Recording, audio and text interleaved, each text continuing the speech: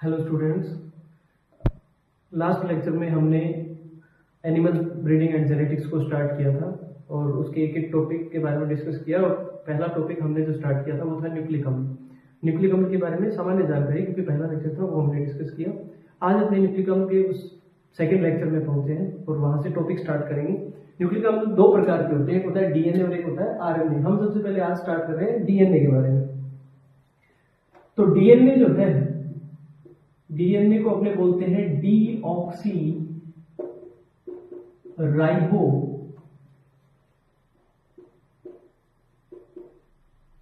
Nucleic acid. Deoxy ribo nucleic acid या हिंदी में बोल देते हैं डीऑक्सी राइबो, क्योंकि डीऑक्सी राइबो शर्करा होती है। न्यूक्लिक अम्ल, न्यूक्लिक अम्ल। पूछा जाता है कि साहब डीएनए की खोज किसने की थी? तो खोज वही सेम जिन्होंने न्यूक्लिक अम्ल की खोज की, फ्रेडरिक मीशर। फ्रेडरिक मीशर इन्होंने खोज की। पूछा जाता है डीएनए शब्द किसने दिया, नाम किसने दिया? तो शब्द दिया था जैकेरिस ने। जैकेरिस के द्वारा शब्द दिया गया। डीएनए किसके मिलकर बना होता है? तो आपको पता है न्यूक्लिक अम्ल है। न्यूक्लिक अम्ल किसके बहुलक होते हैं? न्यूक्लियोटाइड के। तो डीएनए न्यूक्लियोटाइड के बहुलक है। नेक्स्ट पॉइंट, जनरल बातें बता रहा हूं जो आपने जानते हैं। डीएनए न्यूक्लियोटाइड के बहुलक है। प्लीज अगर साउंड वगैरह की दिक्कत हो तो आप बेझिझक कमेंट कर सकते हैं कि हाँ साउंड की प्रॉब्लम आ रही है, तो अपने थोड़ा अच्छा एनवायरनमेंट के अंदर इसको शूट करने की कोशिश करें। डीएनए न्यूक्लियोटाइड के बहुलक है। फिर पूछा जाता है ये न्यूक्लियोटाइड किन किन चीजों से मिलकर बना होता है? न्यूक्लियोटाइड के संगठन बताए थे।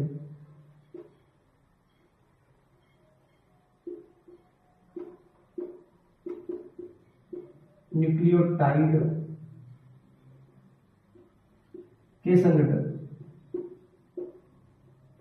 तो एक बताई थी डीऑक्सी राइबोस शर्करा।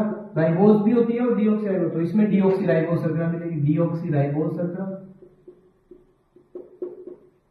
इसके बारे में बात कर चुके हमने। डीऑक्सी राइबोस शर्करा। दूसरा जो संगठक है वो है नाइट्रोजन क्षार, और नाइट्रोजन क्षार एडेनिन, गुआनिन, साइटोसिन और थाइमिन। आपको बताया था आरएनए के अंदर थाइमिन की जगह क्या मिलेगा? यूरेसिल। थर्ड जो है वो है फॉस्फेट समूह। तो इन चीजों के बारे में ये हमारी बेसिक जानकारी है। दूसरा, ऐसे बोलते हैं कि डीएनए आनुवांशिक पदार्थ है। डीएनए यूं कहें अधिकांश जीवों में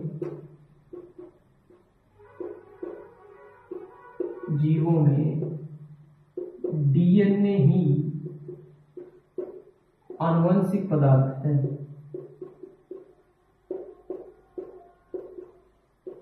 डीएनए ही आनुवंशिक पदार्थ है। देखो आनुवंशिक पदार्थ क्या होता है? बेसिकली एक वर्ड आता है आनुवंशिकता। आनुवंशिकता का मतलब होता है लक्षणों का, या इसको वंशागति भी बोलते हैं, लक्षणों का एक पीढ़ी से दूसरी पीढ़ी में जाना। हालांकि आनुवंशिकता और वंशागति में दोनों में अंतर है, हम डिस्कस करेंगे आगे। लक्षणों का एक पीढ़ी से दूसरी पीढ़ी में जाना मीन्स हमारे दादा दादी से कुछ लक्षण थे जो हमारे पिता में आए, हमारे नाना नानी के कुछ लक्षण थे जो हमारे माता में आए, हमारे पिता और माता के लक्षण हमारे अंदर आए, हमसे जो लक्षण है वो आगे जाएंगे। तो लक्षणों का एक पीढ़ी से दूसरी पीढ़ी में जाना, इसको बोलते हैं आनुवंशिकता। दूसरा, पदार्थ का मतलब है, तब ये पूछा गया कि साहब ये लक्षण एक पीढ़ी से दूसरी पीढ़ी में जाते तो हैं, लेकिन इन लक्षणों को लेकर कौन जाता है? तो इसके बाद जब बात आई, तब डिटेल में जब इसका अध्ययन किया गया तो उस टाइम तीन चीजों पे शक होता था कि कौन सी चीजें एक पीढ़ी से दूसरी पीढ़ी में जाती है। तो एक तो था डीएनए के ऊपर कि डीएनए ये लक्षणों को लेके जाता है, या था आरएनए, आरएनए इन लक्षणों को लेके जाता है, या प्रोटीन, प्रोटीन इन लक्षणों को एक पीढ़ी से दूसरी पीढ़ी में लेके जाता है। तो खूब सारे प्रयोग हुए, है ना, कई सारे प्रयोग किए गए, अध्ययन कई प्रयोग फेल हुए। फिर आए दो वैज्ञानिक, बड़ा इंपॉर्टेंट क्वेश्चन है। दो वैज्ञानिक आए, उन वैज्ञानिक का नाम था हर्शे एवं चेज। हर्शे और चेज ने डिटेल में एक प्रयोग किया।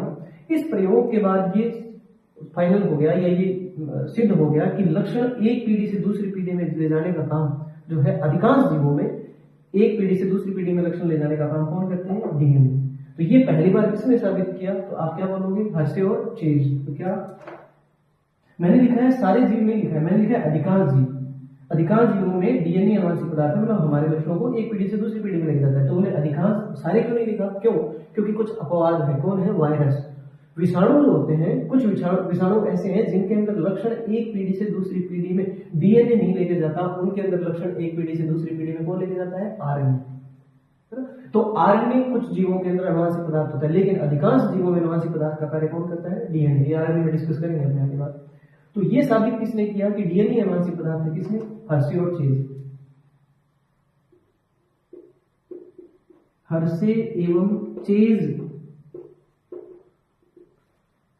के प्रयोग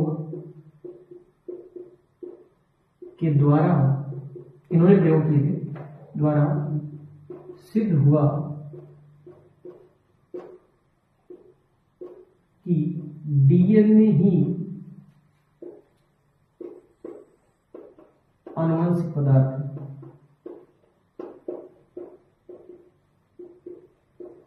ये पहली बार पूछा गया। तो ये हर्षे और चेज के प्रयोग के बाद आनुवंशिक पदार्थ के बारे में बात है। और क्या सामान्य बात कर रहे हैं हम डीएनए के बारे में? क्या है?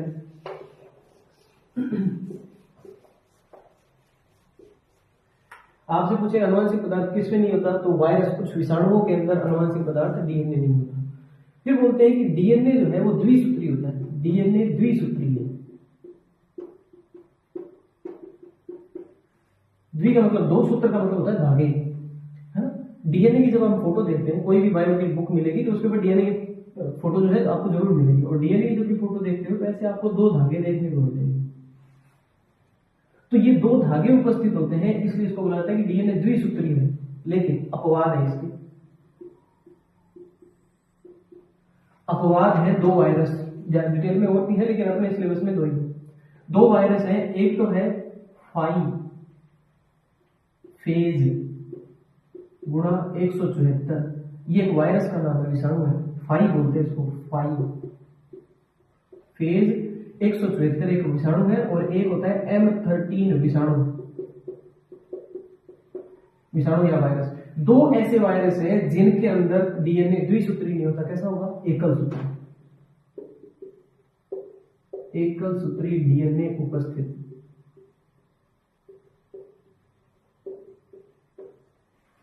ये जो उदाहरण ले रहा हूं मैं, ये एनसीईआरटी से ले रहा हूं। मैंने 2025 का जो 2025 का जो एग्जाम था, उस एग्जाम के अंदर अधिकांश क्वेश्चन जो जितने मैंने नोटिस किए, उनमें से ज्यादातर क्वेश्चन एनसीईआरटी से लिए गए थे, जेनेटिक्स के।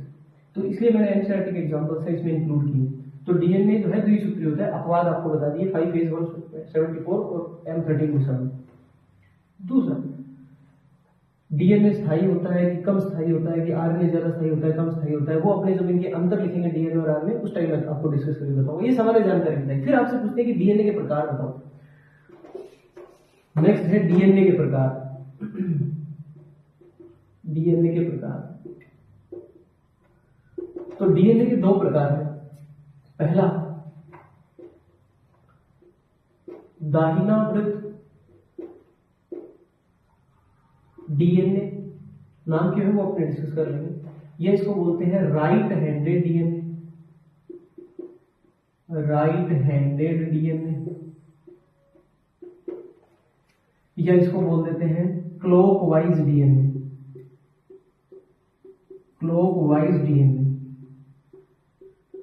या CWDNA, कई सारे नाम हैं। दूसरा आता है बायां डीएनए,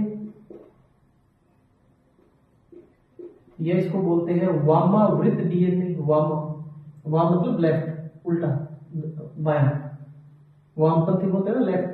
वामावृत्त डीएनए, ये इसको बोल देते हैं left handed DNA. Left handed DNA, ये इसको बोल देते हैं एंटी क्लॉकवाइज डीएनए। देखो भाई क्या मतलब है इस चीज का, सिंपल है, कुछ भी इसमें डिटेल नहीं है ज्यादा। जब आप डीएनए का चित्र देखते हो तो ये जो है ना, ये इस तरफ ये मेरा दायां है और इस तरफ ये मेरा बायां है, ये दायां ये बायां। तो जब आप डीएनए को संरचना देखते हो तो डीएनए का अगर पहला कुंडल जैसे वो घूमता है, अगर पहला कोडलन दाईं तरफ जा रहा है, इस तरफ ऐसे, पहला कोडलन ऐसे जा रहा है, दाईं तरफ अगर जा रहा है तो इसको बोलते हैं दाहिना वृत्त डीएनए, राइट साइड में जा रहा है। क्लॉकवाइज का मतलब घड़ी की दिशा में इस तरफ घूम रहा है, इधर से आ रहा है, इसलिए इसको क्लॉकवाइज डीएनए या सीडब्ल्यू क्लॉकवाइज डीएनए बोल दिया। दूसरा, अगर पहला कोडलन लेफ्ट साइड की तरफ आ रहा है, इधर ऐसे ऐसे अगर आ रहा है तो इसको बोलेंगे दायां डीएनए या वामावृत्त डीएनए या लेफ्ट हैंडेड डीएनए या एंटी क्लॉकवाइज, क्योंकि घड़ी की उल्टी दिशा में जा रहा है। तो ये दो प्रकार के डीएनए, ये आप ध्यान रखें, नाम से समझ में आ जाए। बात है अपने उदाहरण की। दाहिना वृत्त डीएनए के उदाहरण है ए DNA, B DNA,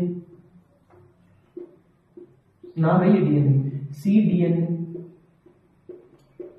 D DNA. Exam में ये नहीं है, एग्जाम में पूछा जाता है वामावृत्त या बाया डीएनए का। बाया डीएनए का एक ही उदाहरण है, वो है जेड डीएनए। बहुत से एग्जाम में पूछा गया कि जेड डीएनए का जो डीएनए होता है तो बाया लेफ्ट वाला होता है।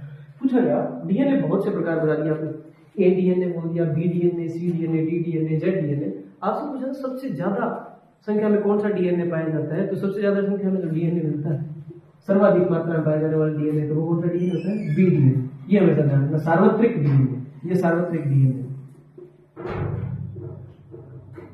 ये सार्वत्रिक डीएनए। तो ये डीएनए के प्रकार हैं।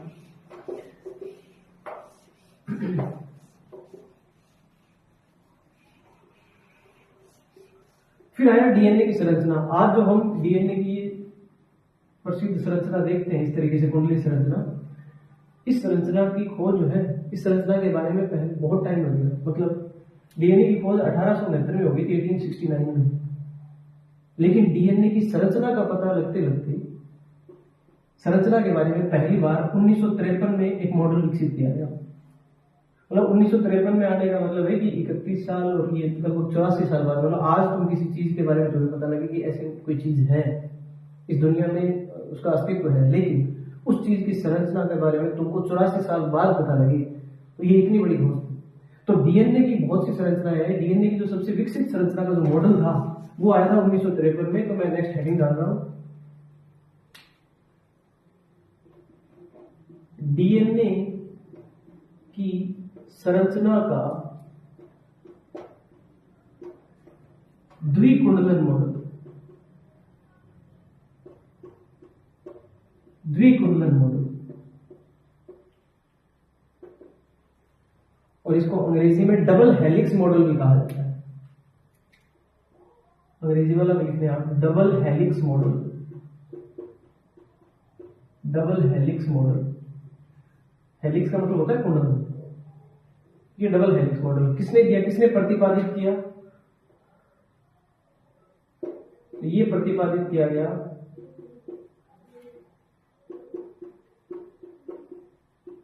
जो आप दो कुंडलित वाला डीएनए देखते हो, ये प्रतिपादित किया वाटसन क्रिक, वाटसन और क्रिक ने, जेम्स वाटसन, या आप शॉर्ट वाले याद रखना, Watson, James Watson, JD Watson नाम था, वाटसन एवं क्रिक, फ्रांसिस क्रिक। तो वाटसन और क्रिक ने यह मॉडल दिया था। कब दिया, तो ये दिया गया 1953 में। तो उन्होंने डीएनए की संरचना का द्विकुंडलन मॉडल वाटसन और क्रिक ने 1953 में दिया। इसके लिए इनको नोबेल प्राइज भी मिला 1962 के अंदर। तो ये क्या था इस मॉडल के अंदर, वो मैं तुमको बता देता हूँ। देखो, उन्होंने बोला कि डीएनए के जब आप दोनों सूत्र देखते हो, आपने देखा है डीएनए के दोनों जो सूत्र हैं, वो दोनों सूत्र बोलते हैं एक दूसरे के प्रति समांतर होते हैं। कैसे प्रति समांतर, मतलब ये अगर दोनों की दिशा एक जैसी हो और बराबर दूरी पे ऐसे ऐसे कुंडली चले तो इसको बोलते हैं समांतर।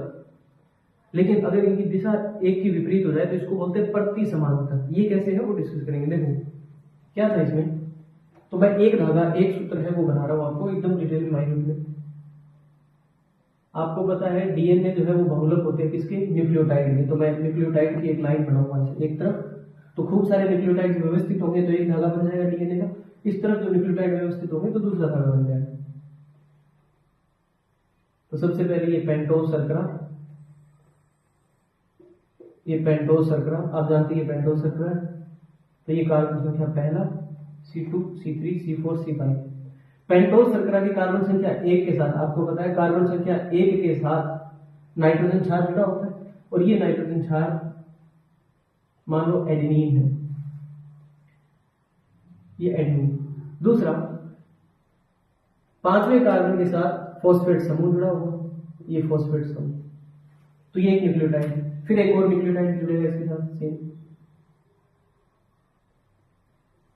ये दूसरा न्यूक्लियोटाइड पेंटोज शर्करा,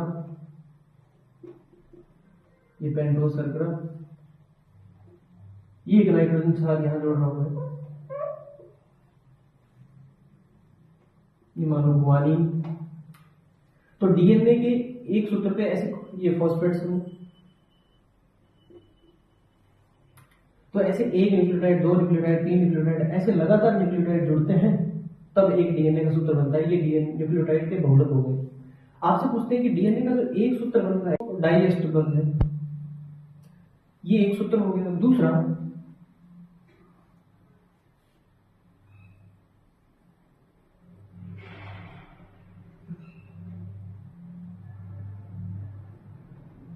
ये पेंटोज शर्करा, ये क्यों बनाई है वो डिस्कस करेंगे अभी।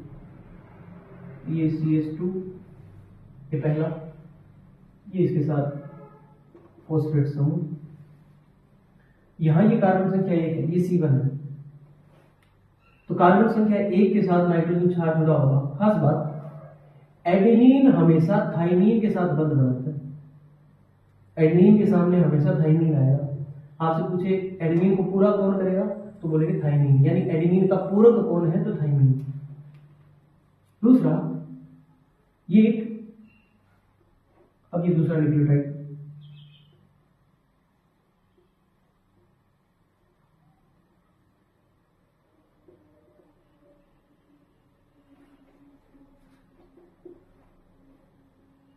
ऐसे ही आपसे पूछे ग्वानिन को पूरा कौन करेगा, तो ग्वानिन को पूरा करने के ग्वानिन का जो पूरक होता है वो होता है साइटोसिन।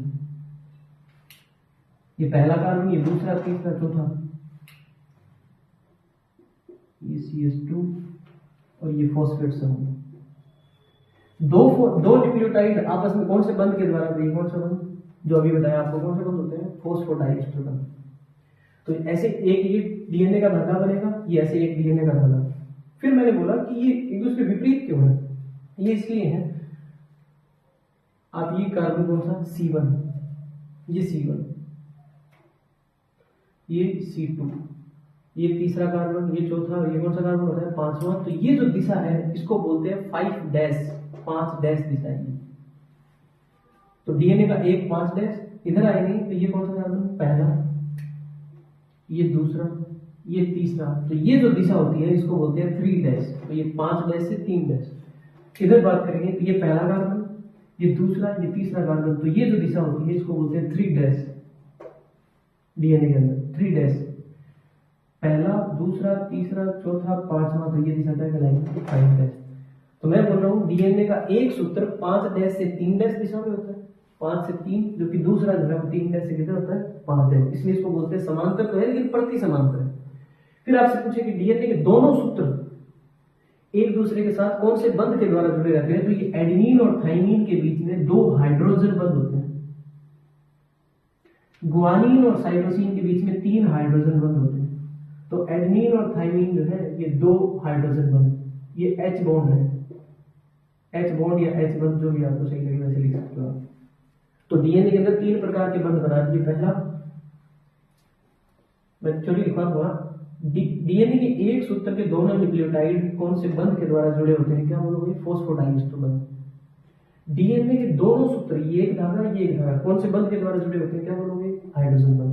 एडेनिन हमेशा किसके साथ जुड़ता है, थाइमीन के साथ। कितने बंध के द्वारा, 2 हाइड्रोजन बंध। गुआनिन हमेशा किसके साथ जुड़ता है, साइटोसिन। कितने बंध के द्वारा, 3। ऐसे ही पेंटोज शर्करा के साथ ये नाइट्रोजन क्षार, ये कौन से बंध के द्वारा, तो ये मैं पहले भी बता देता हूँ, ये यहाँ लिख देता हूँ मैं। ये जो बंध है ये बताया था एन ग्लाइकोसाइडिक बंध, एन ग्लाइकोसाइडिक बंध। ये सामान्य इसकी डिटेल के अंदर संरचना। और क्या, ये आपने बना दिया। आपसे पूछा जाए कि डीएनए की रीड क्या है, तो डीएनए की रीड का मतलब कि, चलो ये आगे डिस्कस करेंगे। दूसरी संरचना जो कुंडलित वाली संरचना आती है वो किस प्रकार से होती है?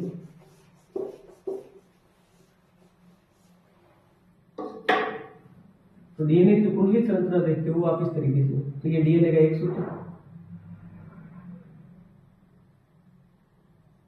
ये डीएनए से कुंडलित, ये 5 डैश, तो आपको पता है ये कौन सी दिशा होगी, 3 डैश। दूसरा, ये दूसरा कुंडलित,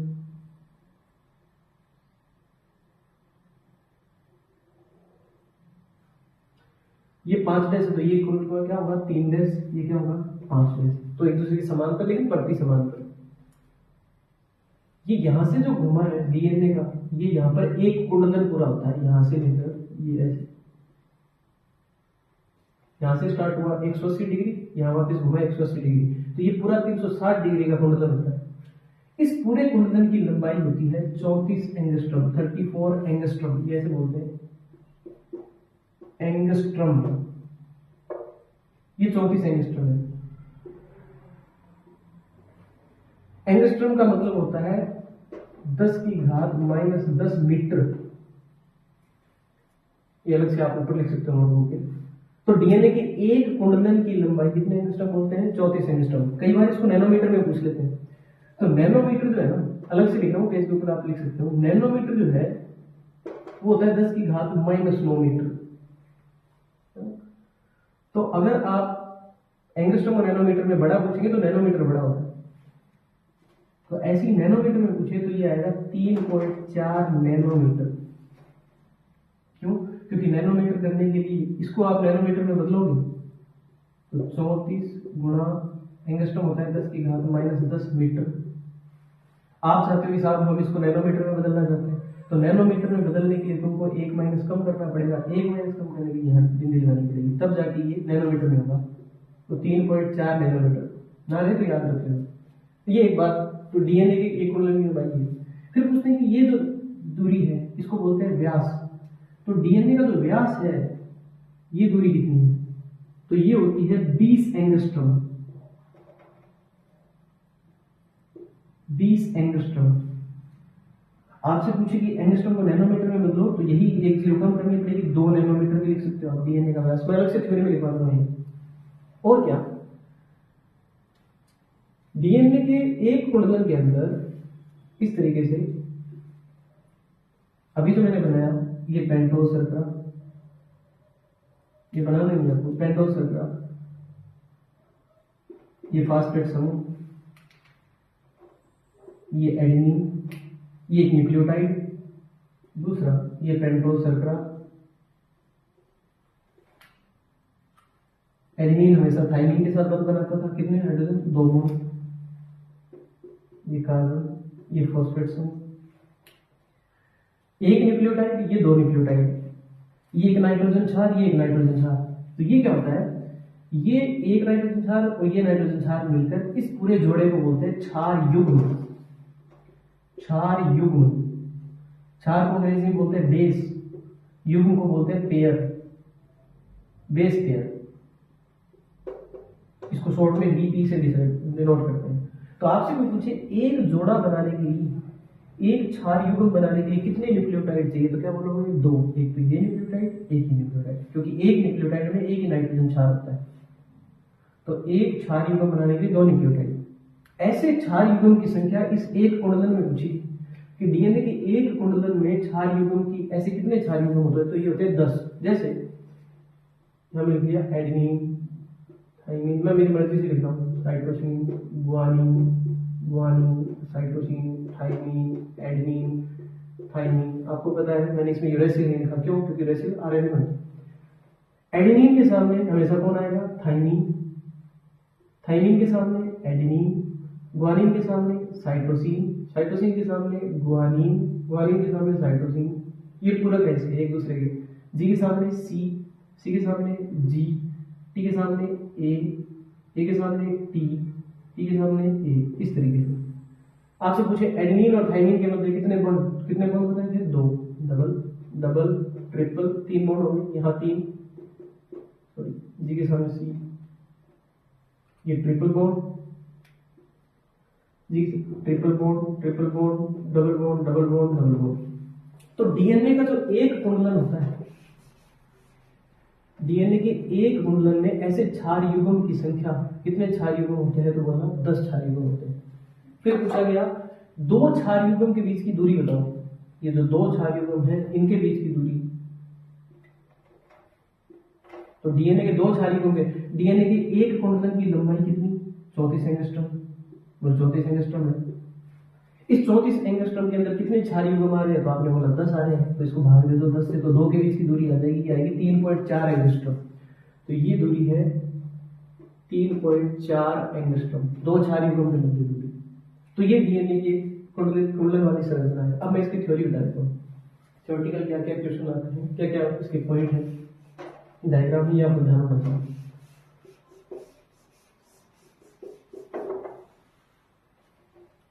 तो पहला पॉइंट इसमें क्या होगा, जो इम्पोर्टेंट पॉइंट है कि डीएनए के दोनों सूत्र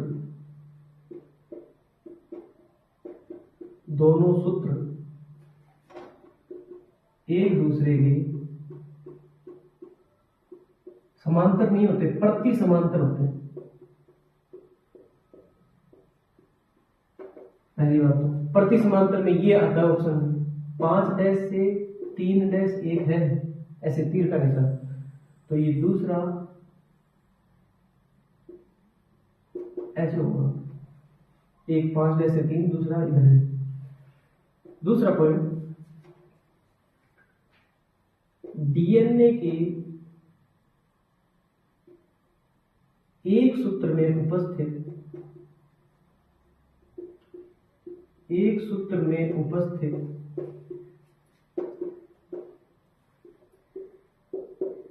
दोनों न्यूक्लियोटाइड या दो न्यूक्लियोटाइड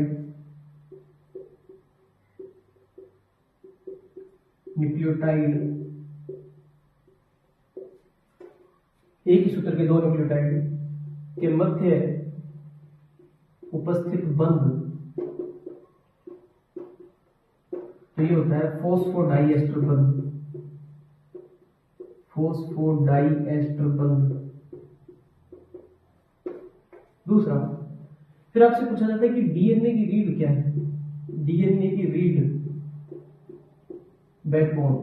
देखो हम जो है डीएनए के 3 संघटक बता रहे हैं, एक तो होता है पेंटोज शर्करा, एक होता है फॉस्फेट समूह और एक होता है नाइट्रोजन क्षार। 3 चीजों से मिलकर बना हुआ है दोनों डीएनए। आपसे पूछा जाता है कि डीएनए की रीढ़ क्या है, रीढ़ मतलब जिसके कारण ये डीएनए खड़े हैं। मतलब हमारी रीढ़ बैकबोन या वर्टिब्रल कॉलम या कसेप्टन क्या करती है, अगर हमारी रीढ़ की हड्डी टूट जाए हम सीधे खड़े नहीं रह पाएंगे। तो ऐसी कोई चीज जो डीएनए के सीधे रहने के लिए जरूरी होती है या इसको इसकी जो संरचना बनाए रखती है, वो उसकी रीढ़ कहलाएगी। डीएनए को समझने के लिए जैसे जो लैडर होती है, सीढ़ियां होती है बांस वाली, उस बांस वाली सीढ़ी के अंदर ऐसे स्टेप्स होते हैं। डीएनए भी ऐसा है, डीएनए के ये 2 बांस है, ये 2 बांस जो है 2 चीजों से मिलकर बना होता है, एक तो पेंटोज शर्करा और एक होता है फॉस्फेट समूह, ये एक के साथ एक जुड़े होते हैं। और जो ये स्टेप है, ये जो पैर रखते हैं जिनके ऊपर, ये होते हैं क्षार युग्म या नाइट्रोजन क्षार। डीएनए की संरचना के अंदर ये नाइट्रोजन क्षार है या बीच में, और ये जो है पेंटोज शर्करा और फॉस्फेट समूह। आप मुझे बताएं कि अगर डीएनए की सीढ़ी के अंदर अगर एक पैर, ये पैर टूट जाते हैं तो क्या हम सीढ़ी को फेंक देते हैं? नहीं, हम एक पैर रख के ऊपर चढ़ जाते हैं वापस। लेकिन अगर ये बांस ही टूट जाए तो बताओ सीढ़ी सही रह पाएगी क्या? नहीं रहती। तो ये 2 बांस जो है ये उस सीढ़ी की रीढ़ है। वैसे आपसे पूछे डीएनए की रीढ़ क्या है, तो डीएनए की रीढ़ 2 चीज है, एक तो है पेंटोज शर्करा और एक क्या होगा, फॉस्फेट समूह। ये इंपॉर्टेंट,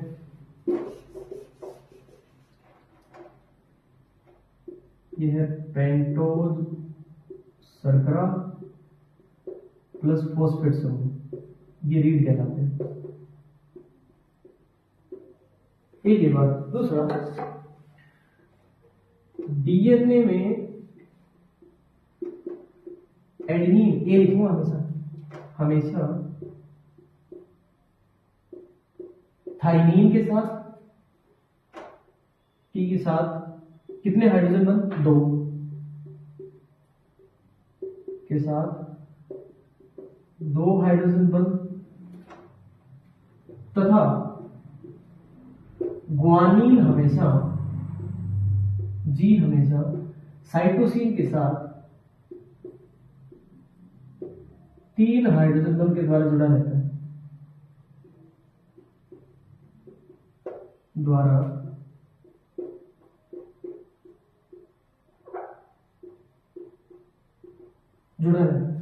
ये एक बात। और आपसे इसके इम्पोर्टेंट पॉइंट पूछे, आपसे पूछा गया कि ये इन्होंने जो डीएनए की संरचना का द्विकुंडलन मॉडल दिया, ये द्विकुंडलन मॉडल कौन से डीएनए के ऊपर आधारित था? तो मैंने डीएनए के कई प्रकार बताए आपको, A DNA, B DNA, C DNA, D DNA, Z DNA. तो आपसे पूछे कि सबसे ज्यादा सार्वत्रिक डीएनए कौन सा बताया था, तो आपने बोला बी डीएनए। तो ये जो मॉडल था डीएनए की संरचना का द्विकुंडलन मॉडल, डबल हेलिक्स मॉडल, ये बी डीएनए पर आधारित था। तो आगे आप लिखेंगे यह मॉडल बी डीएनए पर आधारित है।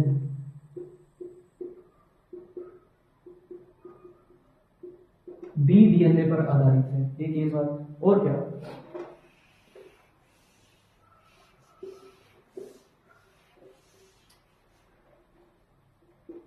आपसे पूछे डीएनए के एक कुंडलन की लंबाई, डीएनए के एक कुंडल की लंबाई आपने बोला 34 एंगस्ट्रॉम या 3.4 नैनोमीटर। दूसरा, डीएनए के द्विकुंडलन का कोण, तो जो कोण है वो आता है 360 डिग्री। 360 डिग्री पूरा घुमा होता है। आपसे पूछे डीएनए के एक कुंडलन में क्षार युग्म की संख्या, क्षार युग्म बेस पेयर कितने, तो क्षार युग्म को बेस पेयर की संख्या, तो ये होती है 10 बेस पेयर होते हैं, 10 बेस पेयर। फिर आपसे पूछे 2 बेस पेयर के मध्य, यानी क्षार युग्म के मध्य दूरी,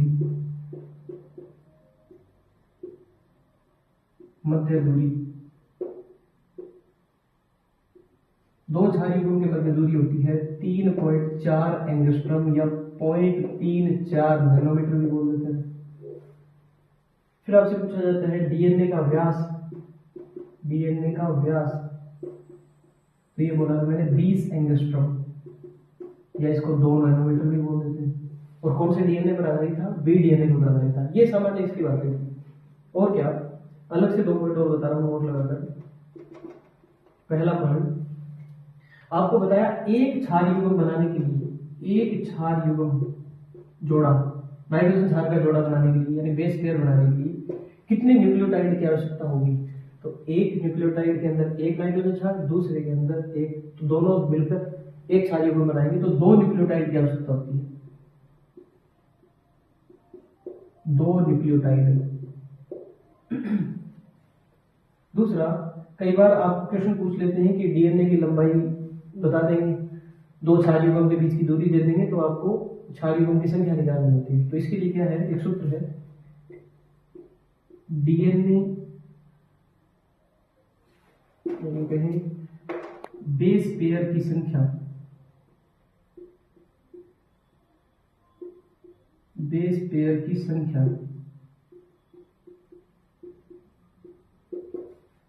बेस पेयर माने क्षार युग्म की संख्या ज्ञात करनी है। तो आपको देंगे डीएनए की लंबाई,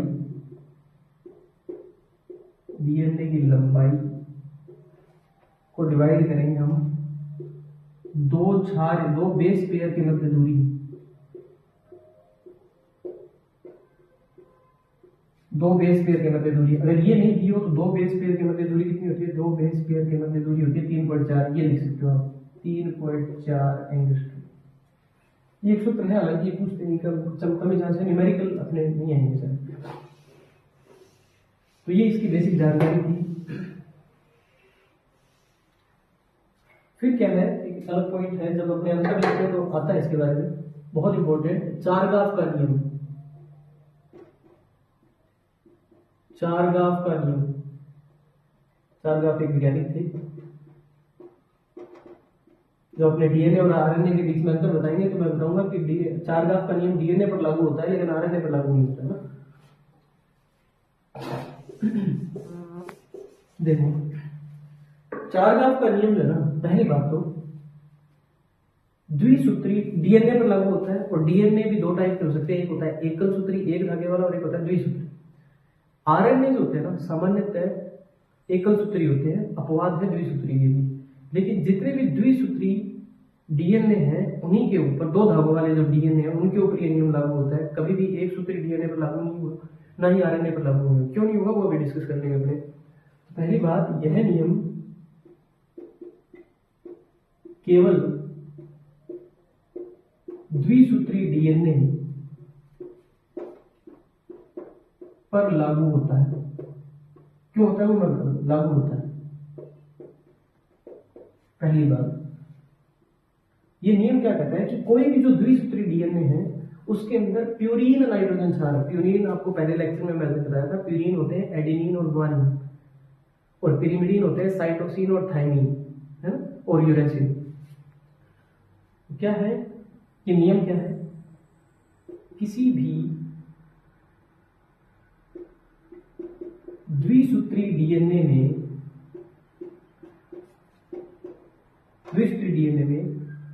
प्यूरीन नाइट्रोजन क्षार, इसको अपने समझेंगे भी बाद में, प्यूरीन नाइट्रोजन क्षार की संख्या, प्यूरीन नाइट्रोजन क्षार की संख्या पिरिमिडीन नाइट्रोजन क्षार के समान होती है। क्या मतलब? प्यूरीन कौन सा? प्यूरीन नाइट्रोजन क्षार की संख्या बराबर है पिरिमिडीन नाइट्रोजन क्षार की। पिरिमिडीन नाइट्रोजन क्षार,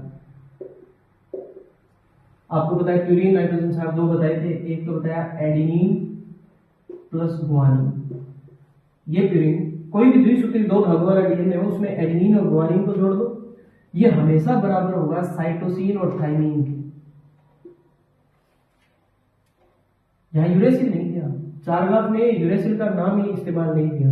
इस वजह से ये नियम डीएनए पर लागू होता है, किस पे लागू नहीं होता? आरएनए पर, क्योंकि उन्होंने यूरेसिल अगर उपयोग किया होता तो आरएनए पर भी लागू हो जाता। तो एडेनिन और गुआनिन को जोड़ दो, साइटोसिन थाइमिन को जोड़ दो, इनकी संख्या बराबर मिलेगी। तो अगर आप बराबर को बराबर से भाग दोगे तो कितना आएगा? एक।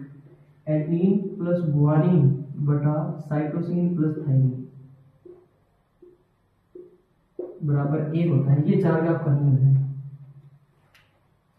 कि adenine plus guanine divided by cytosine plus thymine की संख्या हमेशा कितने के बराबर होगी? एक। अब इसको साबित करते हैं। ये केवल और केवल किस पे लागू होता है? डीएनए पर। आरएनए पर क्यों नहीं होता? वो भी बता दिए। जैसे मैं द्विसूत्री डीएनए बना रहा हूं, ये द्विसूत्री डीएनए, ये 5 डैश, तो ये होगा 3 डैश, ये 3 डैश, तो ये 5 डैश, क्योंकि दोनों एक दूसरे के प्रति समांतर होते हैं। यहां मैं लिख रहा हूं adenine guanine, guanine cytosine thymine, thymine adenine. ये आपको पता है एडेनिन के सामने क्या आएगा? थाइमिन। गुआनिन के सामने cytosine, cytosine guanine adenine, adenine thymine, ये ऐसे कुछ होगा। ये आपको पता है डबल बॉन्ड, यहाँ triple triple triple double double double. तो इन्होंने बोला कि आप जो है प्यूरीन नाइट्रोजन क्षार की संख्या ज्ञात करो। प्यूरीन कौन कौन से बताएं? एडेनिन प्लस गुआनिन की संख्या बराबर होगी साइटोसिन प्लस थाइमिन। इन्होंने बोला, ये चारगाफ का नियम है। तो आप कितने प्यूरीन कितने? एडेनिन और गुआनिन 1 2 3 4 5 6 7। तो एडेनिन और गुआनिन की संख्या कितनी है? 7।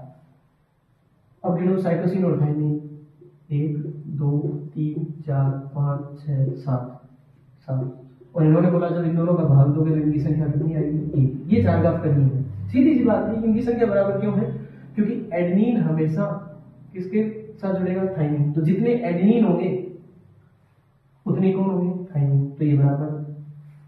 गुआनिन हमेशा किसके साथ जुड़ेगा? साइटोसिन। तो जितने गुआनिन होंगे उतने क्या होंगे? साइटोसिन। तो एक क्वेश्चन आता है, क्वेश्चन क्या आएगा? क्वेश्चन आता है कि एक द्विसूत्री डीएनए में एक द्विसूत्री डीएनए में एडेनिन 20% है तो गुआनिन का प्रतिशत क्या होगा? गुआनिन का प्रतिशत क्या होगा?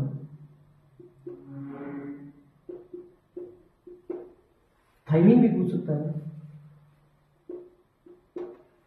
तो आपको पता है एक द्विसूत्री जो डीएनए होता है एडेनिन कितने परसेंट बताया? 20%। एडेनिन हमेशा किसके साथ बंध बनाता है? थाइमिन। तो जितना एडेनिन होगा उतना ही कौन होगा? थाइमिन, क्योंकि एडेनिन हमेशा थाइमिन के साथ जुड़ता है। ये अगर 20% है, ये भी 20%, थाइमिन 20% निकल गया। एडेनिन और थाइमिन दोनों मिलकर कितने हो गए टोटल? 40%। परसेंटेज होते हैं कितने? 100 में से 40 निकालोगे तो कितने बचे? 60% बचा। बाकी दो कौन है? गुआनिन और साइटोसिन। गुआनिन और साइटोसिन दोनों मिलकर 60 है, क्योंकि ये दोनों 40 हो गए। तो आपको पता है जितने गुआनिन होंगे उतने ही साइटोसिन। गुआनिन और साइटोसिन, गुआनिन के साथ हमेशा कौन जुड़ेगा? साइटोसिन। तो गुआनिन और साइटोसिन दोनों मिलकर 60 है और दोनों बराबर बराबर होने चाहिए। तो गुआनिन होगा 30% और साइटोसिन होगा 30%। कुछ भी पूछ ले, आपसे पूछ लेगा एडेनिन 20% तो थाइमिन कितना होगा? तो जितना एडेनिन उतना ही थाइमिन, क्योंकि एडेनिन हमेशा किसके साथ जुड़ता है? थाइमिन। 20। जितना गुआनिन उतना ही साइटोसिन। अपना आंसर ये होगा, गुआनिन 30%। इस तरीके से क्वेश्चन पूछे जाते हैं। ये 4 ग्राफ का नियम है जो केवल और केवल डीएनए पर लागू होता है, क्योंकि डीएनए के अंदर ही थाइमिन पाया जाता है, आरएनए में होता नहीं। ये एक बात।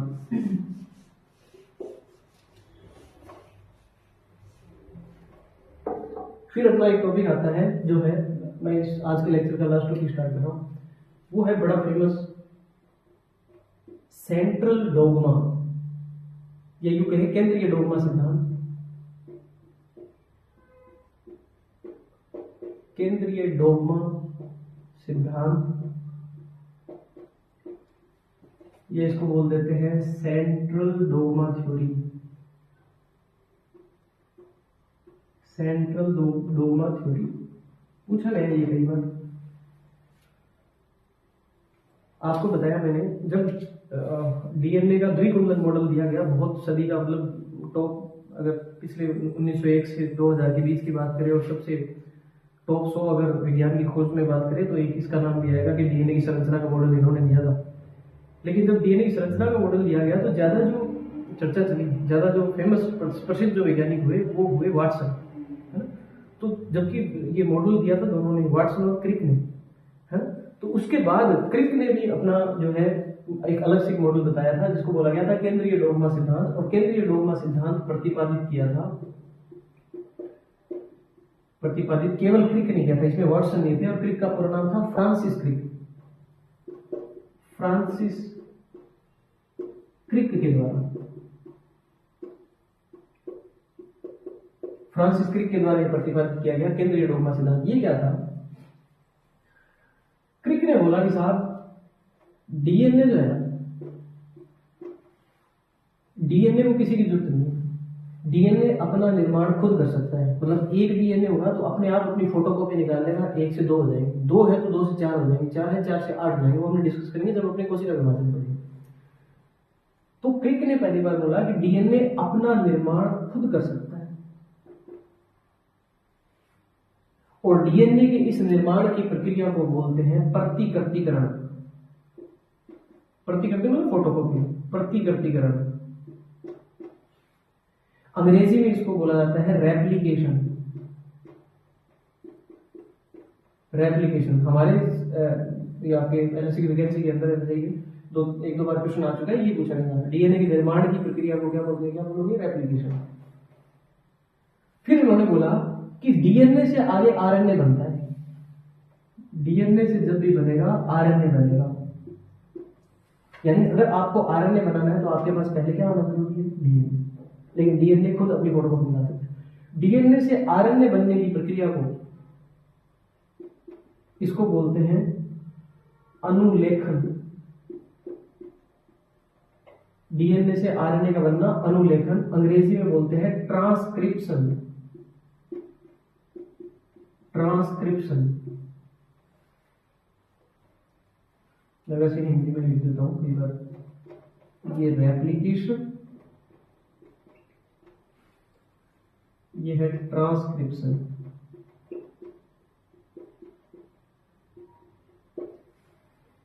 और बोले आरएनए से फिर प्रोटीन बनती है।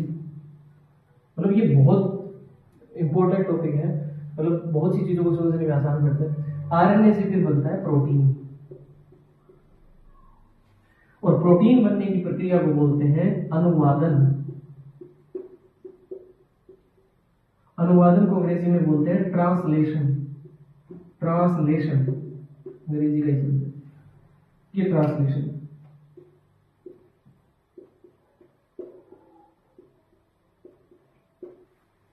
ये ऐसे हमारे अंदर सूचनाओं का प्रवाह होता है। मैंने आपको बताया आनुवंशिक पदार्थ हमारे अंदर क्या होता है, ज्यादातर जीवों में डीएनए होता है। मतलब वो जो हमारे लक्षणों को एक पीढ़ी से दूसरी पीढ़ी में लेकर जाएगा, है ना, वो है डीएनए। तो डीएनए अनुवांशिक पदार्थ होता है, उसके पास अनुवांशिक सूचना होती है। अनुवांशिक सूचना मतलब कि हमारे पास जो डीएनए है, उस डीएनए के ऊपर एक सूचना है। फॉर एग्जाम्पल, हमारे पिताजी के जो बाल है वो काले हैं, और उदाहरण के लिए बताओ, काले बाल बनाने के लिए आपको केराटिन प्रोटीन चाहिए। किसकी जरूरत पड़ती है? Keratin protein. वो प्रोटीन अगर आपके शरीर में होगा, बनेगा, तभी बाल बनेंगे, नाखून बनेंगे, अदरवाइज नहीं बनेंगे। वो केराटिन प्रोटीन बनने के लिए, प्रोटीन बनाने से पहले तुम्हारे पास क्या होनी जरूरी है? आरएनए बनेगा। आरएनए बनने से पहले तुम्हारे पास वो प्रोटीन बनाने वाला क्या होना जरूरी है? डीएनए। तो इस डीएनए के पास वो सूचना होती है, तरीका होती है कि साहब केराटिन प्रोटीन बनेगा कैसे। तो ये डीएनए क्या करता है? उस आनुवंशिक सूचना को सबसे पहले किस में बदलता है? आरएनए में। ये सूचनाओं का प्रवाह आरएनए में। आरएनए से फिर उस सूचना को किस में बदलता है? प्रोटीन में। तो हमारे माता पिता से हमारे अंदर जो डीएनए है, उस डीएनए में वो सूचना थी केराटिन प्रोटीन बनने की। तो हमारे डीएनए आने के बाद उसने आरएनए बनाया। कौन सी प्रक्रिया से? अनुलेखन। तो आरएनए निर्माण की प्रक्रिया को अनुलेखन। आरएनए बनने के बाद उससे बना प्रोटीन। प्रोटीन बनने की प्रक्रिया को अनुवादन।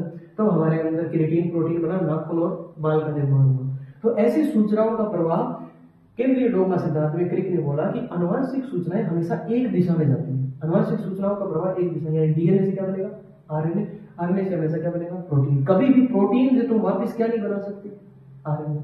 आरएनए से वापस क्या नहीं बना सकते? डीएनए। ये क्रिक ने बोला था। तो इस दान में इन्होंने क्या कहा? आनुवंशिक सूचनाओं का प्रवाह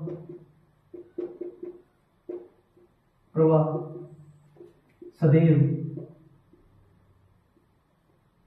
एक दिशीय होता है।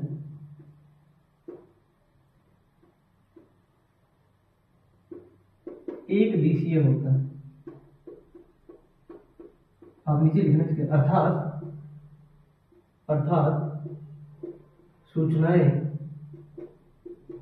डीएनए से आरएनए, डीएनए से आरएनए तथा आरएनए से प्रोटीन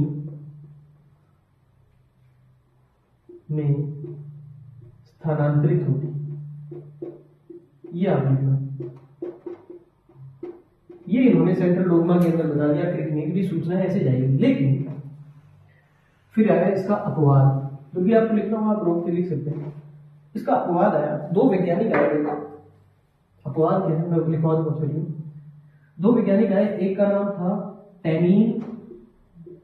टेमीन और एक था बाल्टीमोर। टेमीन एवं बाल्टीमोर, दो वैज्ञानिक थे। इन्होंने बोला कि साहब आप बात तो कह रहे हो सही कि डीएनए से आरएनए, आरएनए से क्या बनता है? प्रोटीन। प्रोटीन से कभी भी क्या नहीं बन सकता? आरएनए। आरएनए से क्या नहीं बन सकता? डीएनए। बोल नहीं, हमने एक एंजाइम देखा। एंजाइम कौन सा? बोले उस एंजाइम का नाम बाद में बताएंगे, लेकिन वो एंजाइम क्या कर सकता है? आरएनए से वापस क्या बना सकता है? डीएनए। आपने बोला डीएनए से क्या बन सकता है? आरएनए। आरएनए से वापस नहीं बन सकता, लेकिन बोले हमने एक एंजाइम खोजा जिसका नाम है reverse transcriptase. Reverse transcriptase enzyme. बोले ये एंजाइम क्या कर सकता है? आरएनए से वापस क्या बना सकता है? डीएनए। तो आरएनए से वो डीएनए बना सकता है।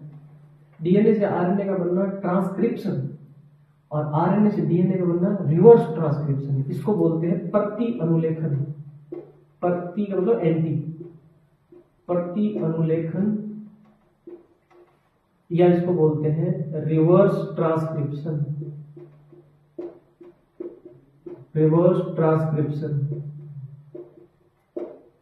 तो आरएनए से डीएनए होना रिवर्स ट्रांसक्रिप्शन या प्रति अनुलेखन कहलाता है। और ये कार्यवाही, ये जो क्रिया है वो एक एंजाइम करता है, जिसको क्या बोलते हैं, रिवर्स ट्रांसक्रिप्टेज एंजाइम। पूछा गया कि ये मिलता क्या है, तो ये मिलता है एचआईवी में। एचआईवी जो है ह्यूमन इम्यूनोडेफिशिएंसी वायरस, जिसके कारण एड्स होता है, उसके अंदर ये एंजाइम पाए जाते हैं, रिवर्स ट्रांसक्रिप्टेज एंजाइम। तो आप क्या लिखेंगे, केंद्रीय सेंट्रल डोग्मा सिद्धांत का अपवाद, सेंट्रल डोग्मा सिद्धांत का अपवाद। तो सेंट्रल डोग्मा सिद्धांत का जो अपवाद है वो है रिवर्स ट्रांसक्रिप्टेज एंजाइम। और रिवर्स ट्रांसक्रिप्टेज एंजाइम जो है ये किसमें मिलता है, एचआईवी में उपस्थित, एचआईवी वायरस के अंदर पाया जाता है एचआईवी। एचआईवी जो है इसमें मिलेगा। खोज किसने की, खोज की इसकी टेमीन एवं बाल्टीमोर, इनको भी नोबेल प्राइज मिला था, टेमीन एवं बाल्टीमोर, इन्होंने इसकी खोज की थी। फिर पूछा गया इस प्रक्रिया को क्या बोलते हैं। प्रक्रिया मतलब क्या है, आरएनए से क्या बना सकता है, डीएनए का निर्माण। आरएनए से डीएनए का निर्माण जो है इसको बोलते हैं reverse transcription. Reverse transcription, reverse transcription, या इस टेमीन के नाम पर इसको एक अंग्रेजी इसका नाम भी रखा गया, रिवर्स ट्रांसक्रिप्शन, आरएनए से डीएनए का बनना, इसको बोलते हैं टेमिनिज्म, अंग्रेजी में टेमिनिज्म, या हिंदी में बोल देते हैं टेमीनवाद। टेमीनवाद, तो टेमीनवाद, टेमिनिज्म या रिवर्स ट्रांसक्रिप्शन क्या होता है, आरएनए से किसका निर्माण होगा, डीएनए का, है ना। तो आज अपने जो डिस्कस किया है डीएनए की जरूर सामान्य बातें, डीएनए की संरचना, द्विबंधन मॉडल के बारे में पढ़ा। उसके बाद हमने चार्गाफ का नियम पढ़ा, और उसके बाद पढ़ा सेंट्रल डोग्मा थ्योरी, जो कि फ्रांसिस क्रिक ने प्रतिपादित की थी, है ना। ये आज हमने डिस्कस कर लिया। कल अपने जो है आरएनए के बारे में पढ़ेंगे। ठीक है, धन्यवाद।